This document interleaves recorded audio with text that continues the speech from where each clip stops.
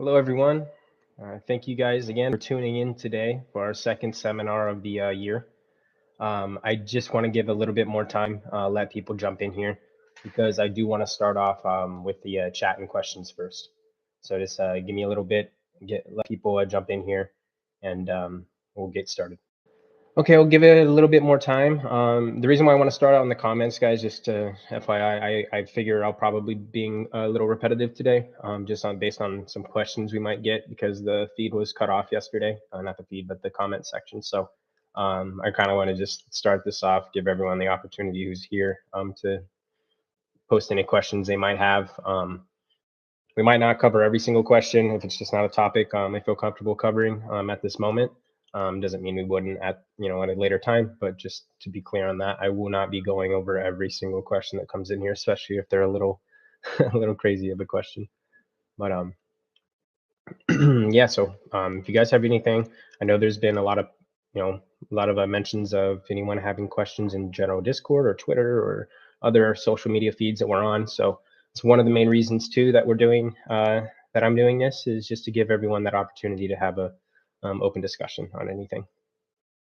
Okay, well, to not have too much dead air, I don't see any questions coming through there, so I am going to just go over a little bit of the things that I went over initially yesterday at the beginning. We did a year recap of 2021, not just our brand awareness campaign and the different events that we've been a part of, but network statistics, milestones, achievements that could not be reached, without obviously participation of users and the growth of the users. And not only that, but the growth of the support of the network. That's one thing that has its own metric. Regardless if the user base is growing or not, the size of the network support has been consistently growing. That's one thing that we noticed on the network in 2021. Starting in January, Masternode count was roughly 12,000 Masternodes, which is very well up there in the ranking of just how many nodes are per blockchain. But that didn't stop there. In the end of 2021, at the end of December, we finished roughly around 22,000 nodes. So, humongous increase in the full node display of support for the PAC Protocol network. It paves the way for upcoming updates that we'll get into a little bit if we have like specific questions on that. But it's paving the way for us to really be one of those projects that, not projects, I should say networks that other projects can actually start building on top of. That's what we're gearing up towards. That's been our focus point of the data storage, the Yan token layer. Opening that up also opens up a possibility for other projects to be brought on as well, with different token layers and supplies, and not just created by us as a development company. This network is going to be at that point where anyone can create their own project token supply. Whatever it is, that's going to be really cool when that update goes live. It's something that we've been exploring to implement in this chain for a long time. It's just innovative. Our chain is very innovative at this current stage. Those that have been with us over the years, you see the different changes that this chain has gone through, just the improvements that we've had to go through, learning curves. Some of them have been forced, updates that, not forced updates, but meaning like forced discussions that we've had to have to try and solve problems that happen on the chain. Years ago, we had an issue with transactions bloating up the chain, just too many going through at one time. Whether that was, a stress test, someone being malicious, or it was just actual usage of PAC network being very, I guess we could say, popular at the time.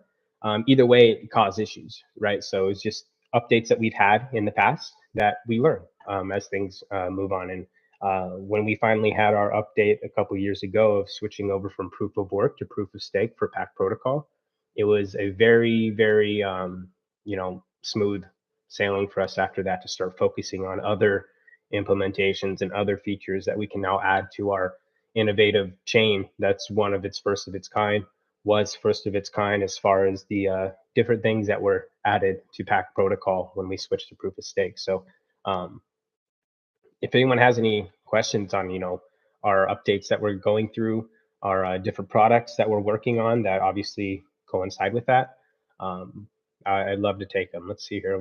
We have a question here. My favorite smart contracts, any updates on that? I guess the only thing I'll really go into that, because I don't want to give off over promises and stuff, but smart contracts and NFTs kind of go really hand in hand because it's a smart contract that verifies your ownership. So that's one of the updates. It's part of PAC protocol is that you will be able to mint NFTs onto our chain. That's we've talked about that. There's been misinformation spread from different sources, coming to the conclusion that we were just focusing on IPFS, and so IPFS in our minds is, oh, that's NFTs. It's no, we have two sides to this. You have the PAC protocol network that we have updates that we push, that I just was talking about, the different things that's going to be implemented in that, and then also the IPFS layer of that is for a storage solution. That is a storage solution for really any means. NFTs is one of them, so that goes hand in hand. With the update with PAC protocol, you will be able to upload mint NFTs onto the PAC protocol chain, in which you can then decide to use the IPFS extra layer for extra storage if you want to. The way we're trying to develop it is that it's automated into IPFS, but at the same time, that would mean like someone is providing that storage. If it's automated and you're not required to do anything to access that storage in IPFS, someone's providing it. Would that be us, the LLC? Common sense, and that would be yes, because you can't promise something. If I'm asking a decentralized network to do it, I can't speak for nodes that I can't control, right? So if we offer solutions like that where it's automatic, storage onto IPFS, yeah, that would be automatic onto the distributed layer of IPFS, which would be the nodes that I can speak for, that us as a company can speak for, to provide that free extra layer of storage for someone. It's just a benefit there. And then going past that, that's where we start implementing the decentralized growth part of the IPFS network, which we're in exploration mode on that to implement it. And then once that's able to do, that's kind of like that milestone marker, that flag marker of, okay, now this data storage network can grow beyond our capabilities of providing servers that we can speak for, pulling in partners that will provide servers that they can speak for, that we can have a understanding with, and then we can also grow that now with that people can now start deploying nodes, supporting adding resources to IPFS, and then us on our side can provide a backup solution for in the event someone was to destroy one of their nodes, the files are safe because of the backend solution. So a lot of cool stuff there. Goes in with the smart contracts, with NFTs, the capabilities that we're going to be pushing here. Let's see, question.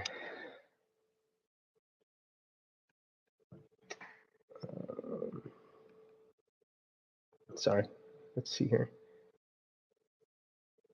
Final yanDNA product to be released. How much percentage of the work is still pending for final? Okay, so we did touch on this yesterday a little bit. That is the main reason why it's in beta. We're in beta because the only way that we can test whether or not a network is going to be functional the way we want it to be is to put it to action. Very difficult to do that if we're relying on servers that we can't speak for, to be able to actually use what we want to use to see if it works before we can add that decentralized growing part of the network, which would be releasing open source installation of the software so that other people can connect to it, provide resources. yanDNA is going to be one of those products that just consistently always has updates pushed. I guess the best way I can compare that, like Windows updates, or at your phone when you have software updates, they just show up when they show up.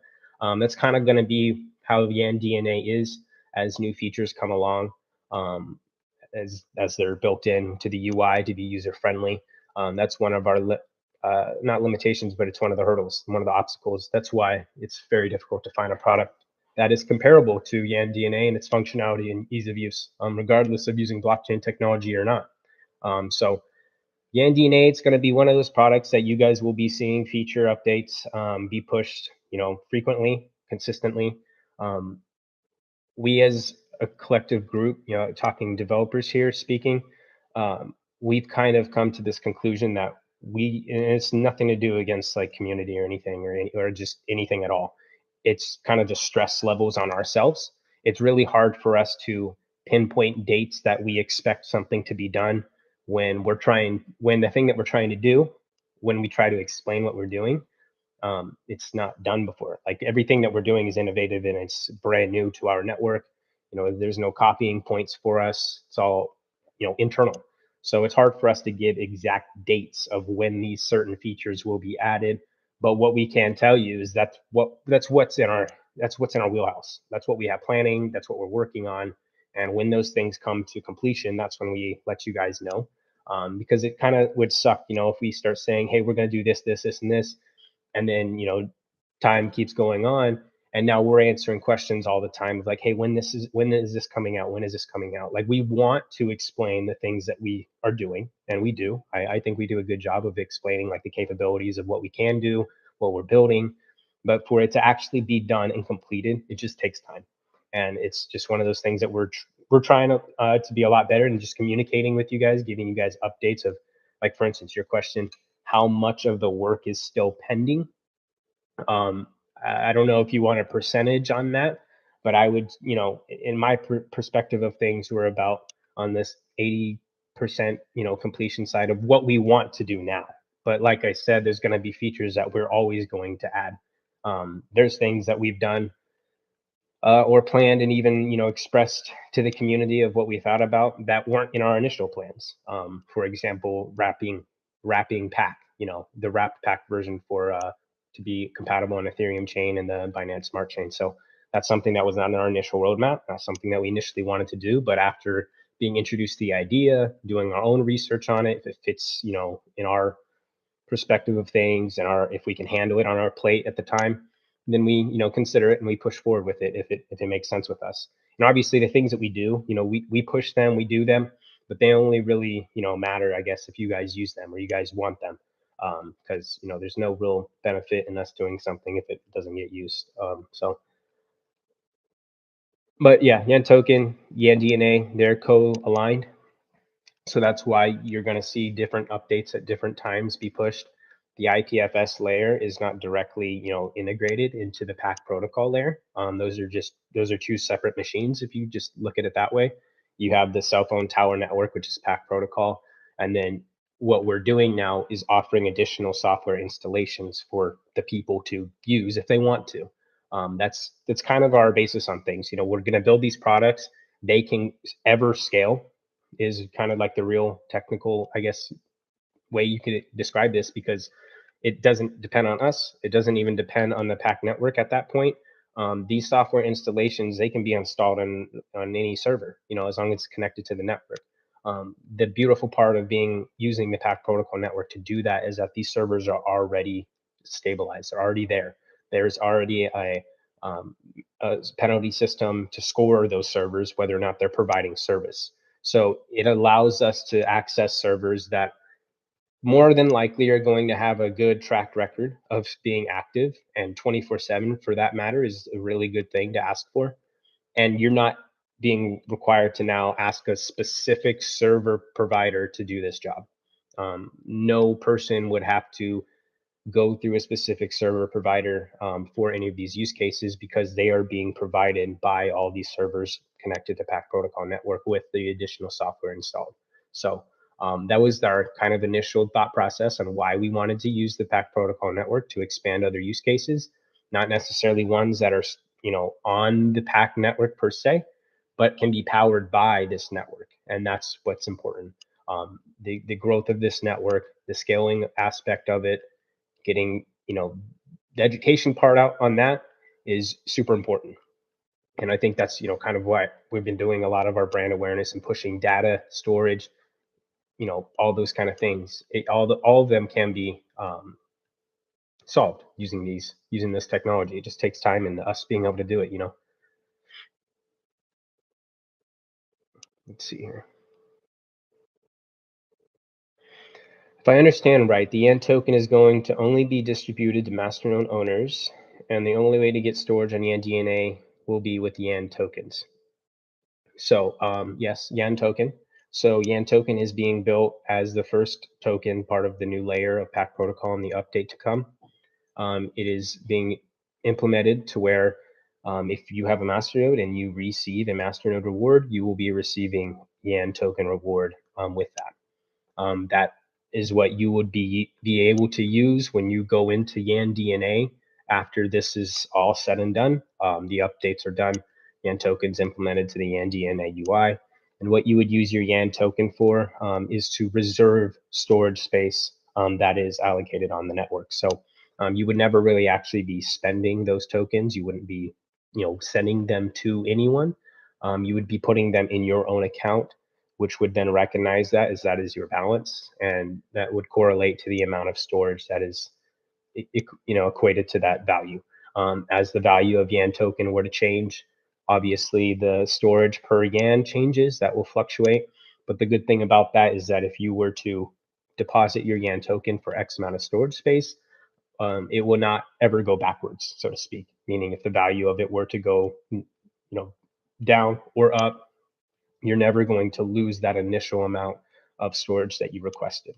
You may gain more or have the ability to have more because your Yan token is now valued higher. But those are all just going to be different things that you're going to be able to choose and do on your own in your own account, whether or not you want to acquire more storage space because your value is higher, or withdraw what you now can to just keep your original storage space and use your remaining Yan to either acquire content on different, marketplaces that we plan to be building for you guys, especially within yanDNA, and then also, whatever else you want to choose to do with it. There's, that's up to you. It's just choices. We want to give everyone the ability to choose what they want to do to either acquire more storage or get their collateral back and just keep what they had and use their Yan token for other reasons. There's going to be obviously other avenues that this can be used, just like crypto can be used in a lot of different things that it's introduced to. Just has to be introduced.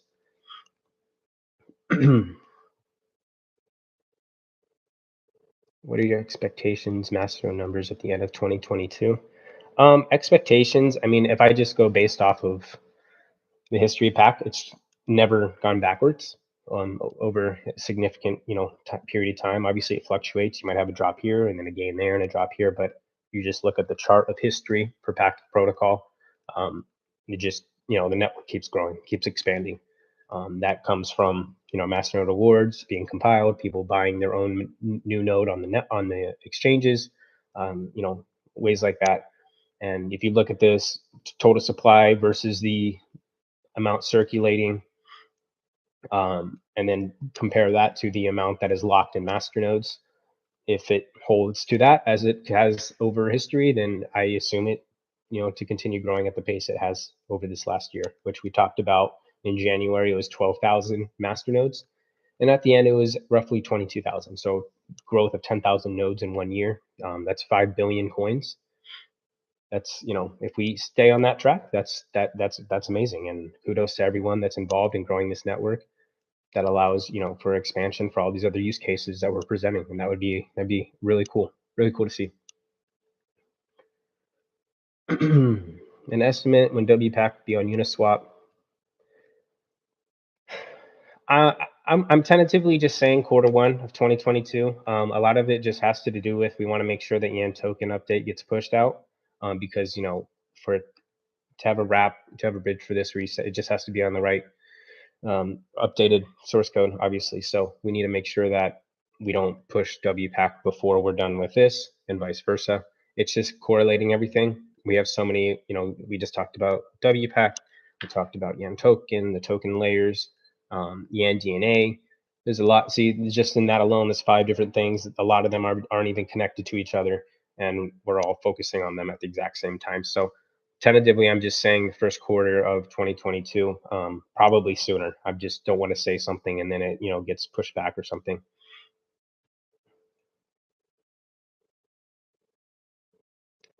Are there new people joining on the horizon? There are. See, yeah. That's one thing that, one of those questions I mentioned at the beginning. Like, I can't talk and give answers about everything, just because it's not the right time for us to do so. But the question, are there new people joining on the horizon? Absolutely. There's people that have joined on our leadership that we haven't, gotten the right time for us to even bring that up. It's just not the right time for personal reasons, and not the right time for just us on the publicity side, just timing things, marketing, the sentiment of the overall market, not just PAC related, things like that. and then also timing them with our future expected business relations that we just have to, time things. So we actually already have people that are, joined on our team. We haven't really brought that up, but we've got a lot more expansion on our development side, our creative design, um, the networks that we're now being introduced to via the events that we've done 2021. Those did not just go, empty-handed. We went there with a specific purpose, specific goals to network to the individuals that we are now connected to, and then expand from there, bring over leadership that fits our vision to PAC Protocol, to PAC Global, I should say, to PAC Global Holdings LLC. That's where we bring the leadership over. And when we can correlate that to help, those people that are now in our company, if they're now able to put more specific time towards PAC Protocol and growing that, that's when we'll start being able to introduce that stuff to you guys. But until then, that's private matters of our company, the people that we bring on, our leadership there. That's also our business stuff. How do we keep the lights on? How do we pay for our development? How do we do those things? That stuff is completely separate from PAC Protocol, and that's just us as a company. So we definitely have more people on our team, more people on the horizon as well. Just timing and making sure that everything lines up on our end and that it'll be received well across all tables.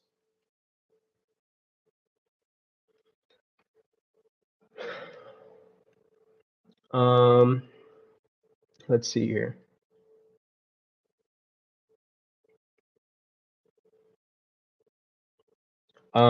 Seems like only Yan is the real coder. Well, I mean I'm sorry. I mean that's just it. Just assuming you don't obviously know the amount of people on our team. That's fine. Yan is very interactive on our community. Most of our developers are not interactive. That doesn't make them not non-existent. It's just obviously some are more inclined to be more private individuals than others, and that's fine. We have a lot of developers on our team. Just off head, we have 8. And on the other side of things, we have different products that need helping hands. We have access to that too. So full-time developers, we have plenty. Obviously, we can expand if we can expand, but that involves budgetary stuff. That involves us making sure that we can provide for these new people that we're bringing to our team. Will yanDNA be open to mass market or only for crypto native market? Oh, yes, so that's also in the plans as well. We don't want to limit the I guess the usability of yanDNA when that's literally one of our main focuses is clean UIs, ease of use, things like that. Really hard to back that up. The only way to use it is you have to acquire a cryptocurrency. Even worse, a specific cryptocurrency. We want to have, and this is one of the things that we're exploring to implement for yanDNA. Obviously add the support for other cryptos to be able to reserve storage space with this X currency. Main ones specifically, obviously like Bitcoin, Ethereum, blah blah blah, Yan, PAC, etc. Additionally, using third-party services for people to be able to use credit card. This would be basically on the side of us as a business now offering people storage, a storage solution. It would be very similar for someone paying for storage solution on other platforms. This is where things get different, where you have to start thinking about how do you do that? How can you provide the storage solution? How do you comply with regulations on being a storage provider? That's where we would be using our distributed layer on that. Most likely, can't speak direct answers. I don't have like the direct answers on everything that we're still exploring, but most likely it would be using a third-party solution where people can use credit cards, and that way they can purchase the storage that they need. It'll probably be back end automated to where it is still technically crypto being used, but you're able to use your credit card to acquire it and use it where you need to.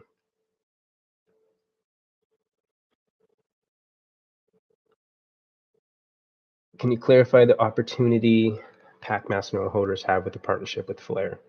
Yeah, I have noticed there's some confusion there. To be honest, guys, I like straight from the horse's mouth. it really does need to stop listening to unofficial sources on things. This is one of those reasons why we're doing this more often, is because some people will come up with their own interpretations of things, and that starts being spread as just the truthful answer. And if it's not that, then we are now interpreting it, our own partnerships, wrong.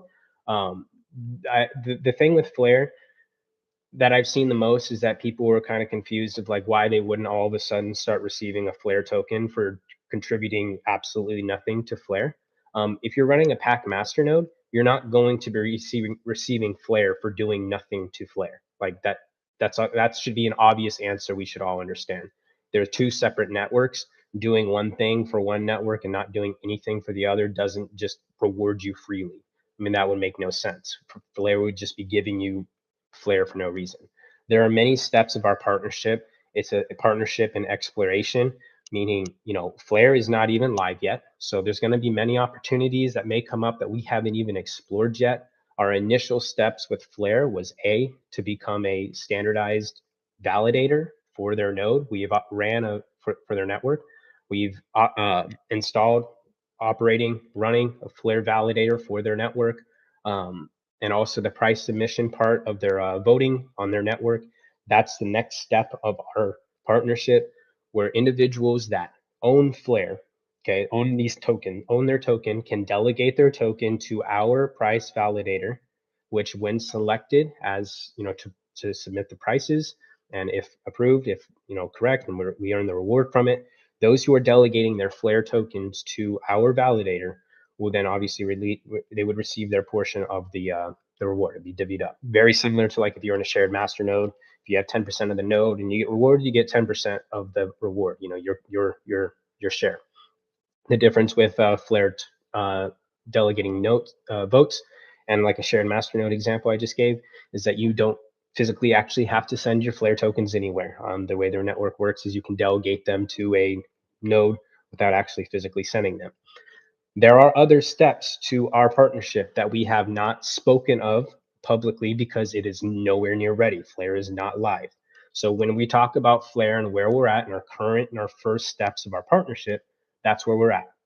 I have definitely seen it where people will take my words and say, look, he just said it. You're not going to get Flare. You're not going to. I'm telling you our current steps of our partnership. That's where we're at. That's what we're doing. And as we move forward past those marks, those milestones with Flare, there are other ideas that we've already thrown back and forth in how, if you are running a PAC Masternode, how can you receive Flare by performing a service for Flare? What additional software can we offer you PAC Masternode holders to earn? Okay.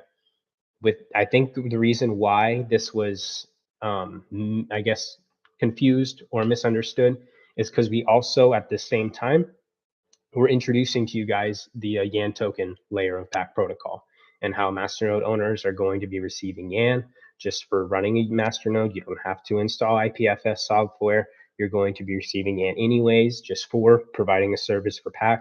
That's for PAC, because people who are running a PAC Masternode, you're supporting the entire network.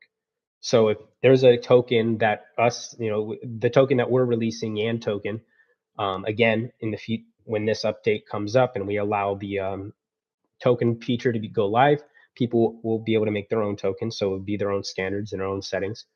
But for us in Yan token, if you're running a PAC Masternode, when you receive a reward, you will receive your Yan token. So I think that was mixed up from either ourselves, we spoke wrong or whatever. But with Flare, you're not going to just earn Flare for no reason if you're not contributing to their network. There's going to be a reason why you're receiving Flare. So our initial steps are, like I mentioned, the price submission. People can submit their Flare to our validator and upon selection be rewarded. The more Flare that is delegated to a specific validator, the more quote unquote weight it has, so that it's more likely to be selected, more likely to be correct. So that's a good thing. The more people that delegate to that, and then obviously Flare being a direct partner with them, and their abilities to delegate themselves and their partners to specific node validators to bring them more weight. That's obviously a benefit of why we're not just running a Flare validator on our own. We have a direct partnership with them. So those people can, draw those lines and see why it's beneficial that we're a direct partner and not just a random, validator up and running, trying to grab people's delegations. We're a direct partner with them. There's a reason for that. They trust our ability to maintain validators. That's what they want. They want trusted validators. They want to make sure that those trusted validators are the ones that are being selected, or at least being attempted to be selected, instead of random validators that they don't know. There's very little trust on them, very little weight on them. You get the point on that part of it. So as we move forward, as Flare goes live, we have other ways of how we want to reward PAC Masternode holders directly with Flare, because we really believe that us having such a large network, being able to access so many different individuals and have them participate in voting with Flare, they're going to start really valuing our network and the amount of people we can outreach to and get to participate in voting. And in return, that's where we're going to move on to our next step, to where we can start rewarding every PAC Masternode holder with Flare. Or my idea, and I'm just going to tell you my idea, it might change. It's why it's in no roadmap. It's not talked about. It's just my idea on this. I talked about the token layers. Yan token is the first of it. There will be other tokens, blah, blah, blah. But that also means that one-to-one, ratios could be met. One-to-one ratios of Flare supply versus a token on the PAC supply, on the PAC network. That could be one-to-one ratio. Don't take that for exact truth. I'm just telling you that's my idea on how that can be done when we get to that point, and that's what I'm saying. We're not everything that we have with partnerships lined up. We have everything exactly outlined to be publicly, published. But there's reasons behind everything that we've been doing. Another one of those, I saw a lot of questions on our, the events that we participate in and where we go for our brand awareness. Yesterday, we talked about why.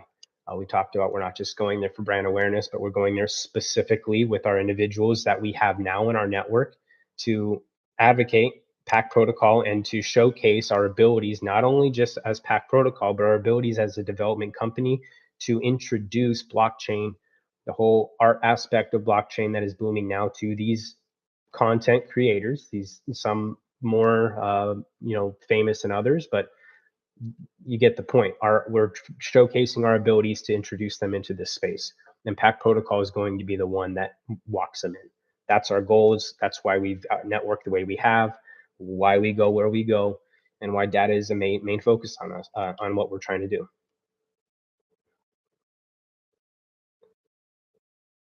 Let's see here. Is Yan distribution going to be a flat rate? Yeah, so it is going to be a flat rate. It's 100 PAC. I'm sorry, 100 Yan per reward when you have a Masternode. If you're asking if it's going to be a supply that's capped, the answer is no. Pretty sure it's no. But I'll have to come back to that one if it's a cap supply, but I'm positive it's not.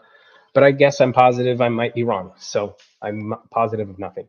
But just be on the know that the Yan token supply is going to be 100 Yan per reward, and there is no expectation of that to stop. But then again, in the future, things could change where there is no need for extra supply. If the price of Yan becomes exponentially higher than when it first is released, obviously you're not going to need a lot more supply. But then again, if the usage of yanDNA becomes extremely widespread and people are needing more storage and they need Yan to do it, then yeah, the supply of Yan may need to be increased later on. But that comes with consensus agreement upon the entire network. We cannot force that. We need 50% majority of the network to agree with anything that we push. That's something that we can talk about really quickly.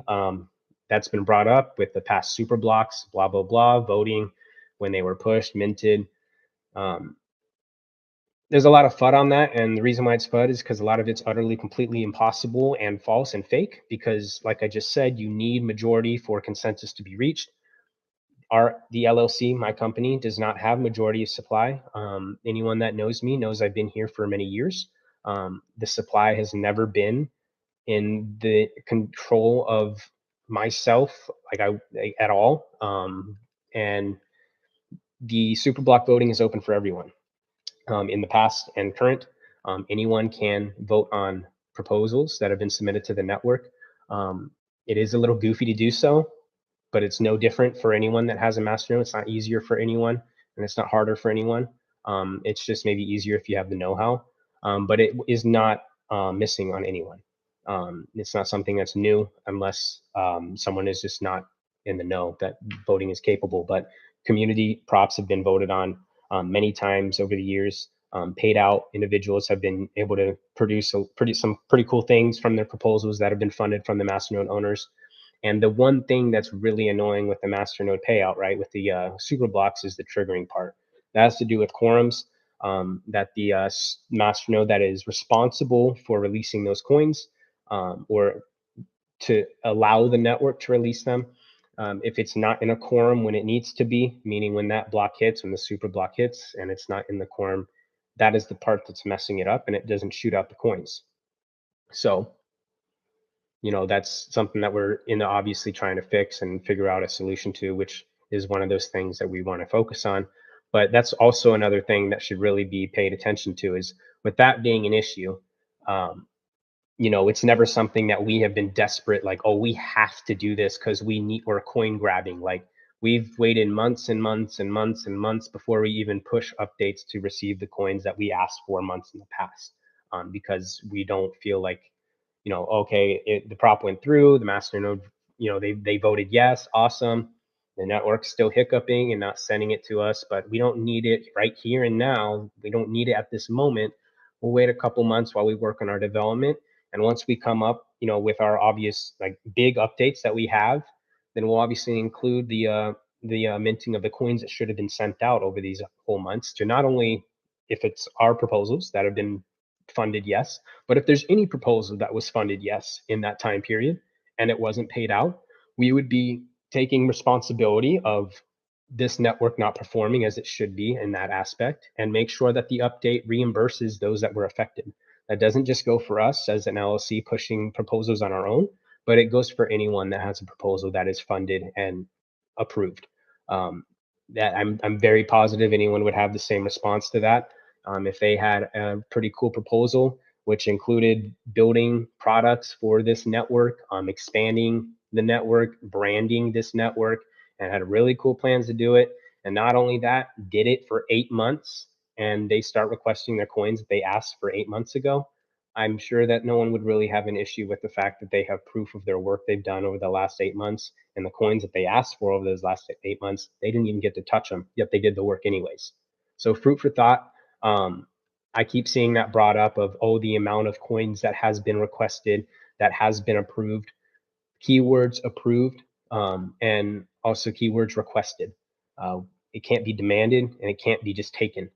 And we feel like we've done a very good job of representing PAC protocol, not only in the branding side, but with the products that we are able to put on the table for everyone, free of use, free to download. If you have access to PAC network, you can use it on your own accord for free. The only, I guess, fee you'd be paying is transaction fees, which are minimal, as we know, in PAC protocol network.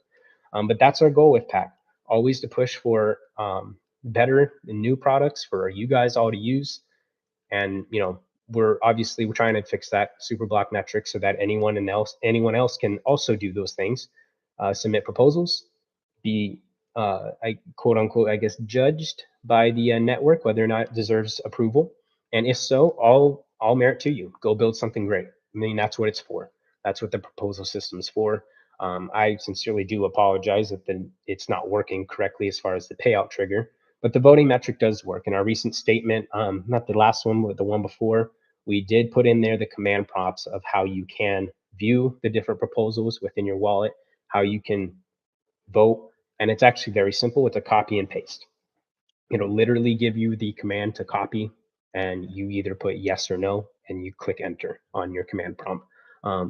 It's in one of the featured list things that we want to update with yanSafe to make it easy. That way, what I just said, it might sound blubberish to a lot of people, or they just don't give a rip on wanting to do those things.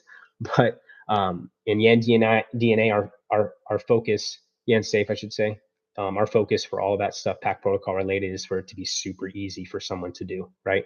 So with the one-click Masternode setup, we obviously want to try and do the same thing for the voting mechanism. And We appreciate all the Masternode owners that are capable of voting, have participated in voting. I do understand it might be difficult for some to do just because of the language of it, but obviously the Masternodes have been capable of voting. The proposals that have been funded could not be funded without that being done. And to give a little more background on how proposals need to be funded, same thing with consensus. You need to have, there's metrics rules that need to be met for a proposal to be accepted as like approved yes or no. So, dummy proof example, if I submit a proposal at last minute because, the super blocks come once a month on a specific block, basically once a month. It's like roughly every 17,000 blocks or something like that, but basically once every single month. If you know the block it's coming on, I could submit a proposal the block before, and if I voted myself yes one time, it would be funded. No, that's not how it works on our network. That's one of the the rules that has to be followed. At least 10% of the network has to vote on any given proposal. Otherwise, if 10% are not voting on it, the network is basically saying that not enough people are paying attention to this proposal, so it's not going to be funded. Even if it's all yes, if 10% of the network didn't look at it, it's not going to be voted on. I mean, it's not going to be considered approved. Same thing the other way around. The other margin that needs to be paid attention to is the yes versus no. So obviously the majority in the vote has to be yes. It has to beat it by a 10% margin. But yeah, 10% of the masternodes need to view a proposal to be able to vote on it. So that's enough for it to even be accepted. So you look at how many 10% is of the overall network right now, 22,000 nodes, 10% of that, we're at what, 2,200 nodes? So 2,200 nodes need to see any proposal at any given time, vote on it, yes, no, or abstain. Abstain basically counts as, void, but it counts as a vote.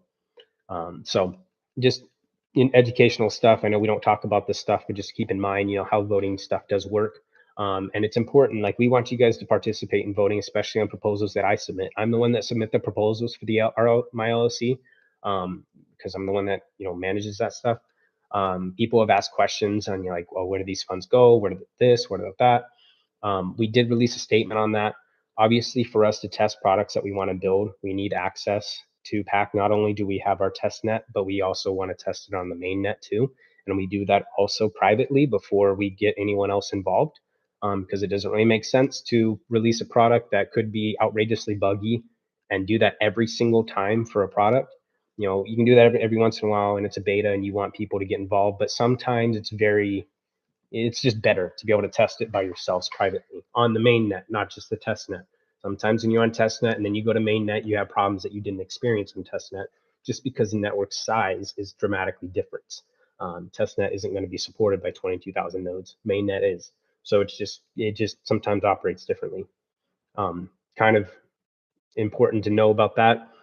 But another thing that I wanted to mention on the topic of where do coins go, when we request these coins from the network, it is given, I obviously give a description on what it's for. I feel very personally about this. The amount of work and effort that we put into this network definitely, in my opinion, deserves to have obviously a piece of this network to make sure that it's stable. Doesn't really make sense of us to be so hell-bent in pushing products for a network that we do not have a good hold on, to meaning the network, the nodes, knowing that a lot of some nodes are not going to fall off. I can obviously advocate for the decentralized aspect of it, but I can't speak for any node that could at any time go offline. So it obviously makes sense for us as a development company, a private development company, if we're going to be building products and trying to, get people to recognize us as a company to do work with us, build the brand of PAC, makes sense that the network that we're building it for, we do have our own nodes attached to it as well. And yeah, as a creator of this network, we do obviously have a piece of the pie, making sure that we're connected to this. We have skin in the game. Wouldn't really make sense of us to be pushing the growth of PAC, yet we're not going to be along the ride with everyone else. That's why we do what we do. Brand awareness, making sure that the products are used, etc. That's what we try to do.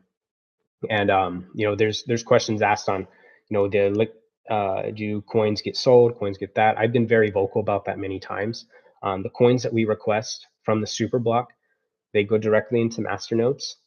The rewards that are received from those masternodes, they are rewards. The masternodes that are owned, they are owned individually by the different owners of the LLC. There is no LLC wallet. The different owners that have contributed, some more so than others, just based off their limitations or availability, they have their own access to their own, their own supplies of PAC. The coins that are received from the super block, they are put into masternodes. We have our own internal private contractual stuff on this. Same things with been asking questions on, does it get sold on markets, blah, blah, blah. I've said this many times. The coins that are received from the super block get put into masternodes. We do not use the exchanges to liquidate for any funding purposes for our operational needs.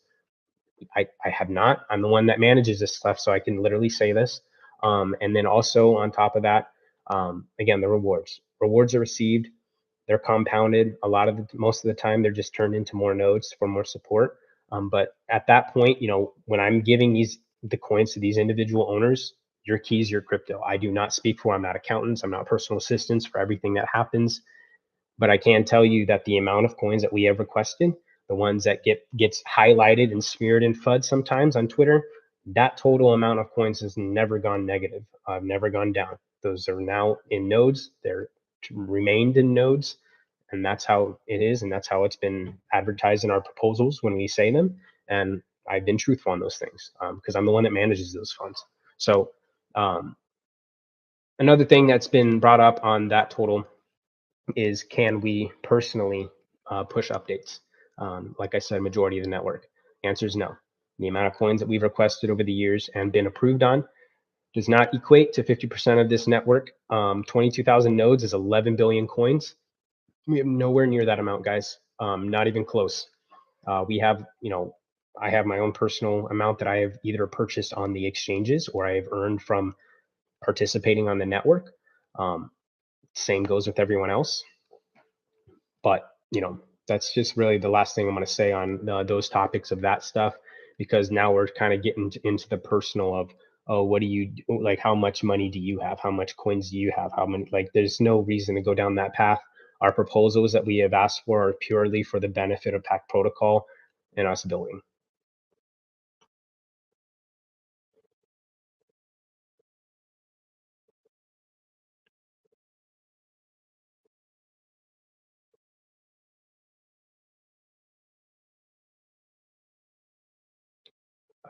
Let's see here.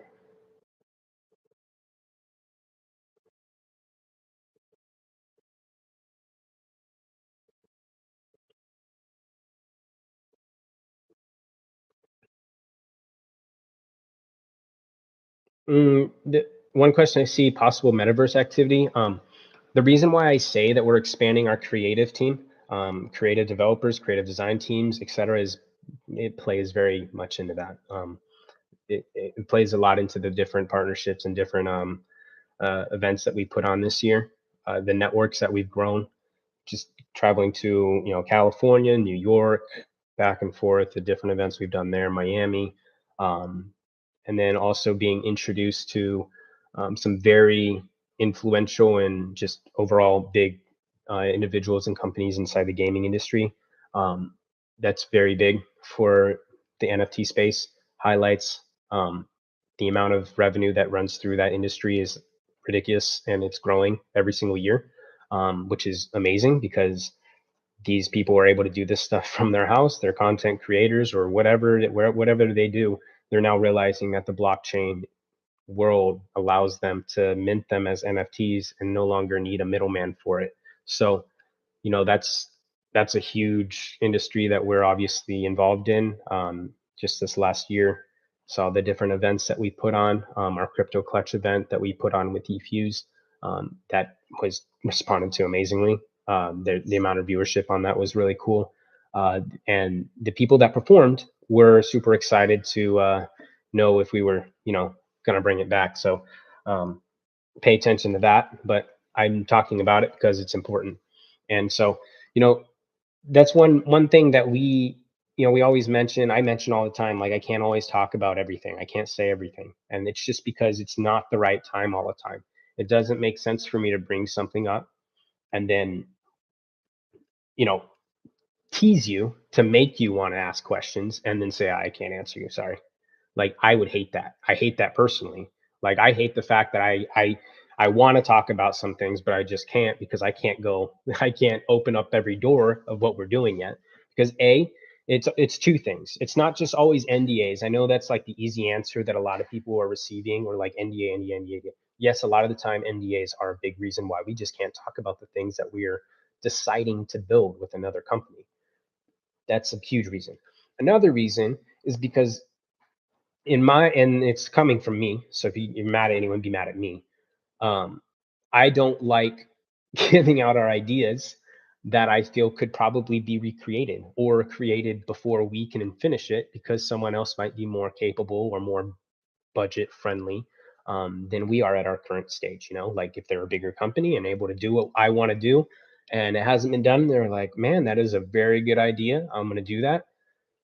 Well, what can we do about it? Like, then we're no longer the one that introduced it. So there are some cool things that we're building. I have actually on my phone a couple of APK apps that are just live demos for different products that us as a company have developed using IPFS technology, introducing these to different companies to get them interested and obviously use them for communication reasons. Because if you pay attention to the content world, like Disney Plus, Netflix, Paramount Plus. I can't even name them all. There are so many individual streaming platforms now. I do not know how their backends work, but I will tell you at least one of the ones that I know. I guess I won't name it, but they're making their own private networks, to be able to streamline their content to their viewers in a more quick way without having to rely on third-party services, third-party providers. They want their own infrastructure. Yes, it might be provided for and the infrastructure taken care of by a third party, but at least those servers are dedicated for only their specific product. So that's one thing that, you take that in mind, and now say you can do the exact same thing, but with a distributed network using IPFS technology.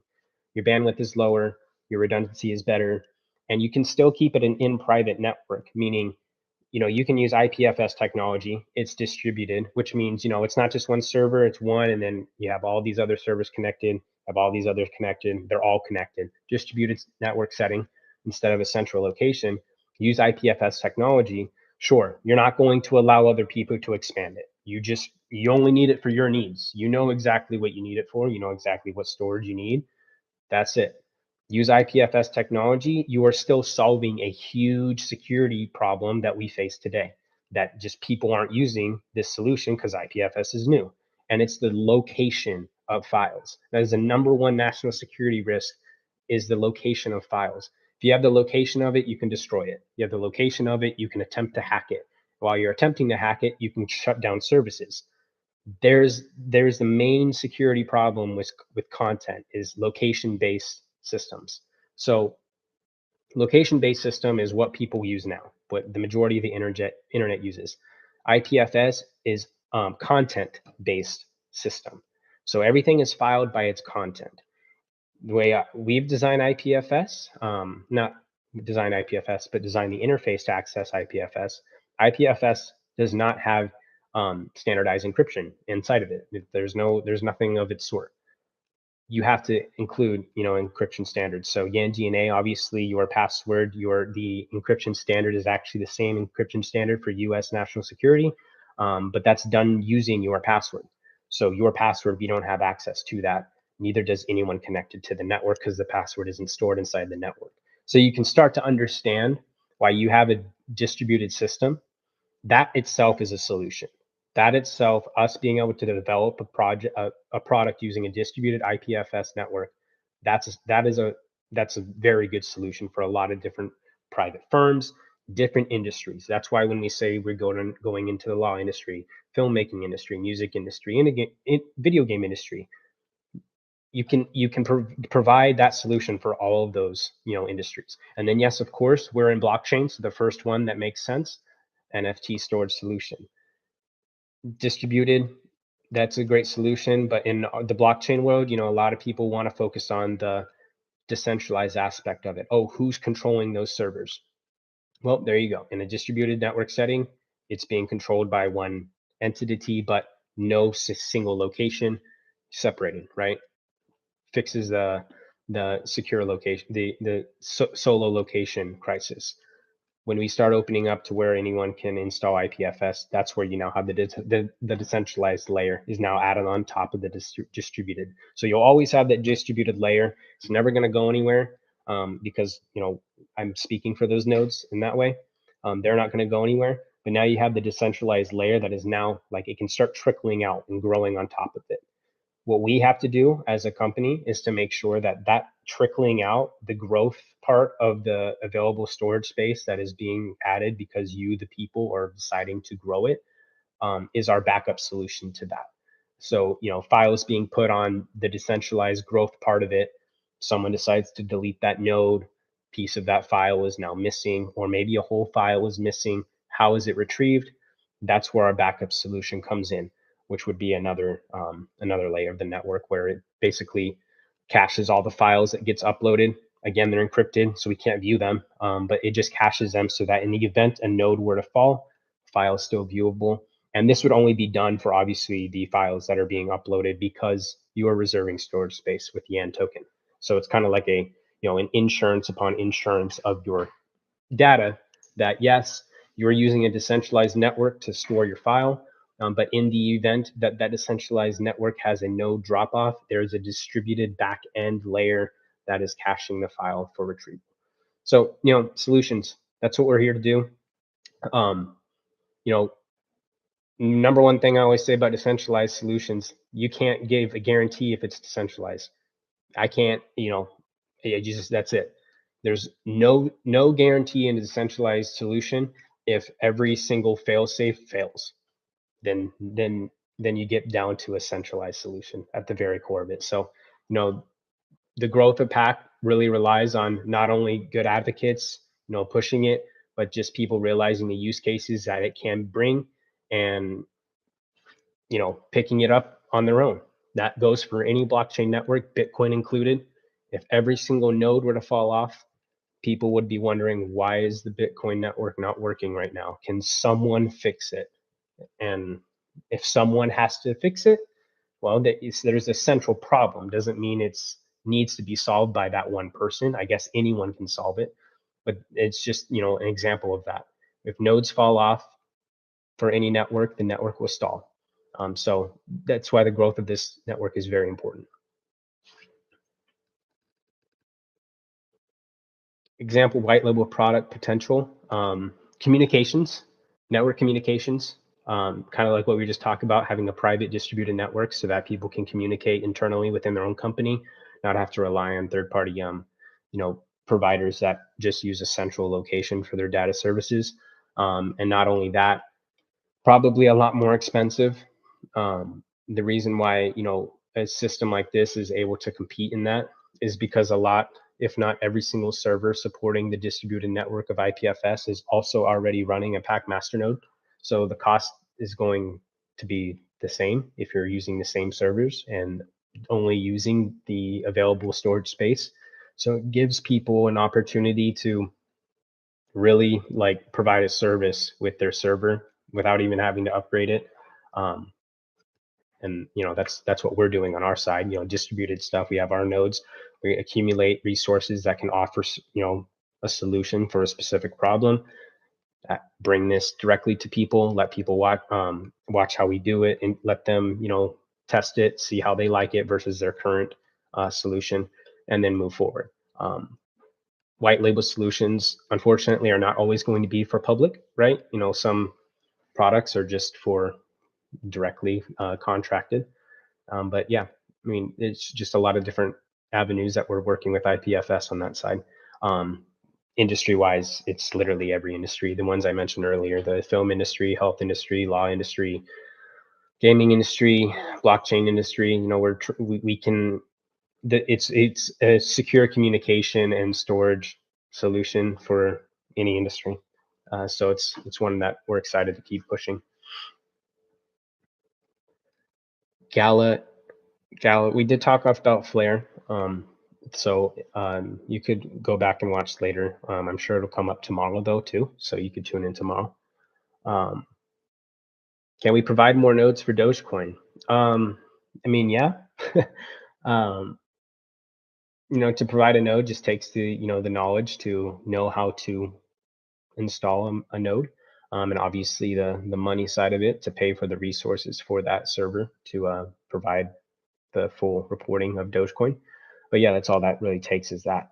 Um, that's something that I'm just gonna say exploring tentatively, because every time I say something like direct, people spin my words. So exploring tentatively, but be excited.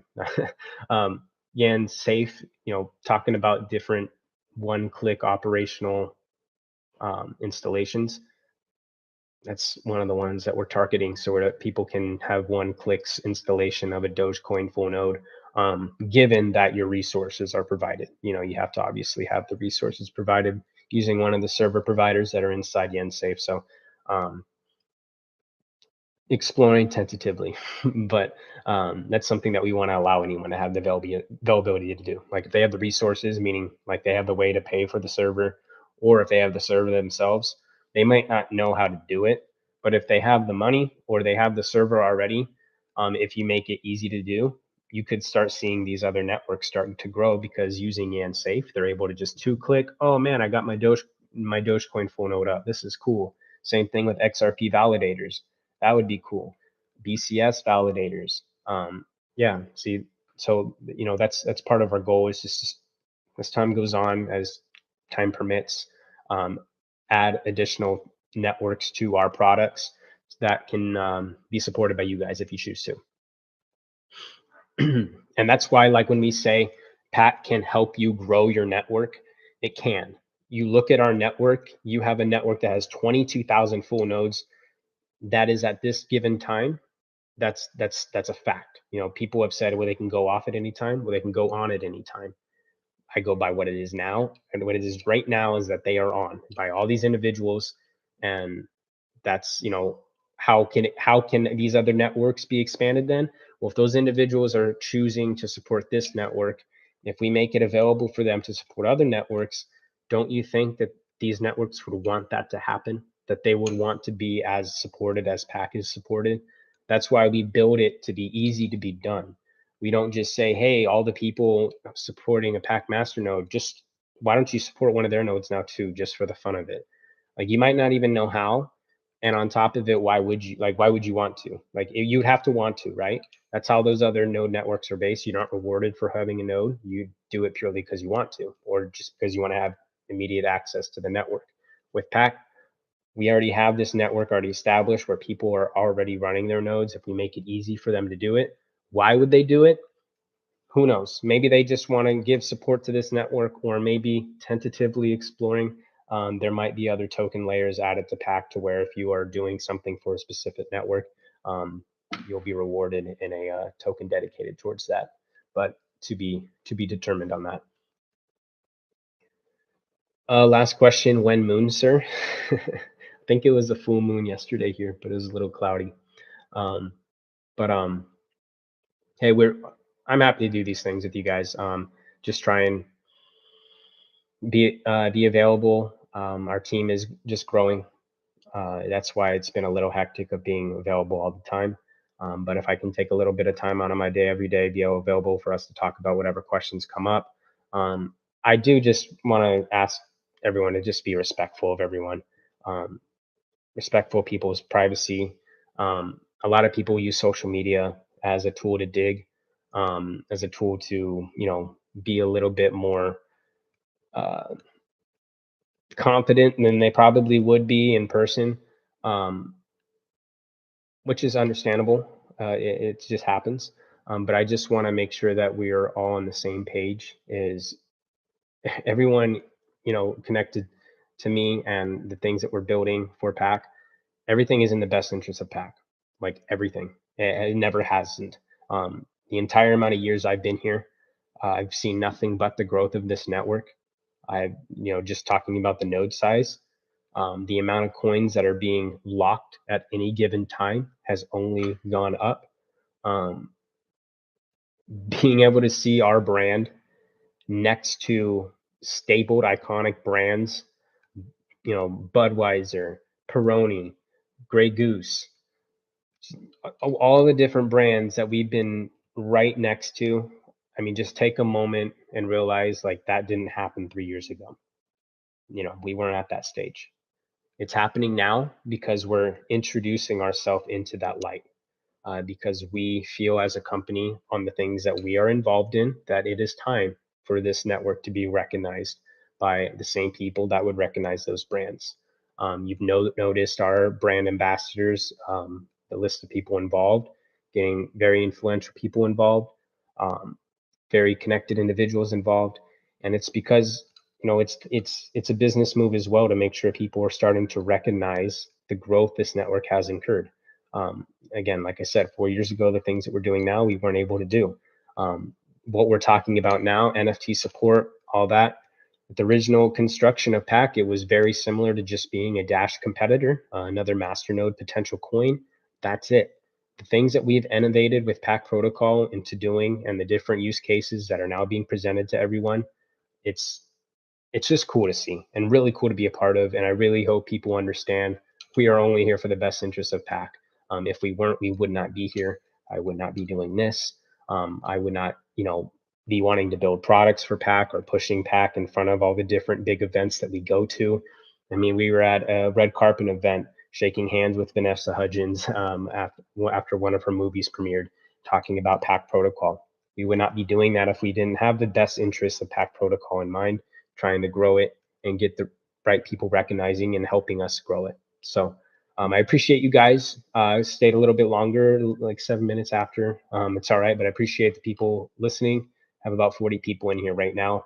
Again, if you missed it, we'll be doing these every single day at this time, 2 o'clock for me, 3 p.m. Eastern time for those in the East.